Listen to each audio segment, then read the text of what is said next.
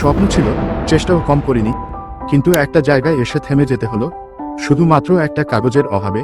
আমার কাছে কোনো স্নাতক ডিগ্রি নেই। এই একটা লাইনই যেন সব দরজা বন্ধ করে দেয় আমার মতো স্বপ্নবাজদের জন্য। ইচ্ছা ছিল আবেদন করার, ইচ্ছা ছিল নিজেকে প্রমাণ করার, কিন্তু তারা খোঁজে যোগ্য কেউ, যার ঝুলিতে আছে বড় কোনো সার্টিফিকেট, নামের পাশে উজ্জ্বল ডিগ্রির তকমা। তবে একটা প্রশ্ন করতেই ইচ্ছে করে, শুধু কাগজেই কি লেখা থাকে মানুষের যোগ্যতা? শুধু ডিগ্রি থাকলেই কি মানুষ হয়ে ওঠে দক্ষ? আমরা যারা স্বপ্ন দেখি চোখে, শিখেছি জীবনের পথে হেঁটে, আমাদের কি কোনো দাম নেই? আমার মত স্বল্প শিক্ষিত মানুষগুলো হয়তো কাগজে কলমে শিক্ষিত না, কিন্তু তীব্র চেষ্টা, অদম্য ইচ্ছা আর বাস্তব জ্ঞান, এসব কি মূল্যহীন?